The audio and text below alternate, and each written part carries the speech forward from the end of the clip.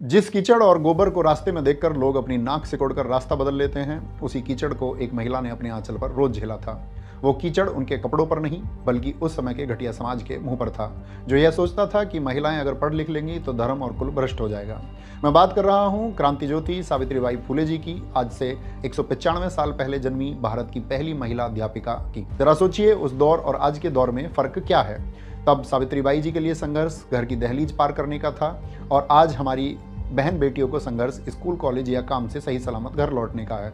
तब सावित्रीबाई जी ने जिन पत्थरों का सामना किया था, वो पत्थर आज तानों, छेड़खानी और घरेलू हिंसा में बदल गए हैं। फर्क सिर्फ इतना है कि तब दुश्मन वो अनपढ़ थे जो कीचड़ फेंकते थे, और आज दुश्मन वो पढ़े लिखे जाहिल हैं जो हाथ में डिग्री लेकर भी औरतों को सिर्फ उपभोग की वस्तु या घरेलू गुलाम समझते हैं। सावित्रीबाई जी ने 1848 में अपनी सहयोगी फातिमा शेख जी के साथ, जो भारत की पहली मुस्लिम शिक्षिका थी, पुणे महाराष्ट्र में महिलाओं के लिए पहला स्कूल खोलकर लड़ाई लड़ी थी कि बेटियां किताब पकड़ सकें। पर आज 178 सालों बाद भी हम लड़ रहे हैं कि बेटियां उन किताबों को पढ़ने के लिए महफूज रह सकें। नेशनल क्राइम रिकॉर्ड्स ब्यूरो यानी एनसीआरबी के आंकड़े कहते हैं कि साल 2023 में पूरे भारत में महिलाओं के खिलाफ 4,48,211 मामले दर्ज किए गए, जिनमें से रेप के मामले 29,670, दहेज हत्या के मामले 6,156, महिलाओं के अपहरण के 88,605 मामले, और इनमें सबसे चौंकाने वाली बात यह है कि घरेलू हिंसा यानी पति और रिश्तेदारों द्वारा महिलाओं पर किए गए क्रूर अपराधों की संख्या 1,33,676 है, जो कुल अपराधों का लगभग 30% है। जब रक्षक ही भक्षक बन जाए तो फिर सुरक्षा की उम्मीद किससे की जाएगी। वर्ल्ड इकोनॉमिक फोरम की ग्लोबल जेंडर गैप रिपोर्ट 2025 कहती है कि हम 148 देशों की लिस्ट में 131वें नंबर पर हैं। आज भारत की आबादी 140 करोड़ पार है, जिसमें लगभग आधी आबादी 48% से ज्यादा महिलाओं की है।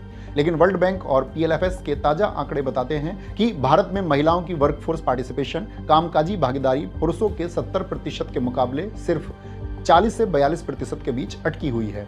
IMF इंटरनेशनल मॉनेटरी फंड कहता है, अगर भारत की महिलाएं पुरुषों के बराबर काम करें तो देश की GDP में सीधा 27% का उछाल आ सकता है। हम नारी शक्ति के नारे लगाते हैं, लेकिन दुनिया के सबसे बड़े लोकतंत्र की संसद में आज भी महिलाओं की भागीदारी मात्र 13 to 14% है।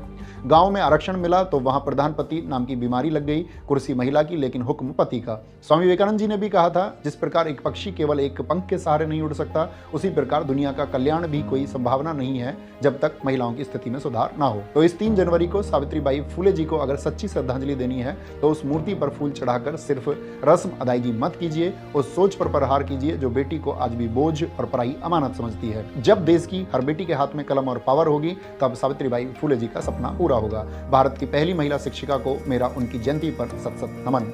जय हिंद, जय भारत, जय मां सरस्वती।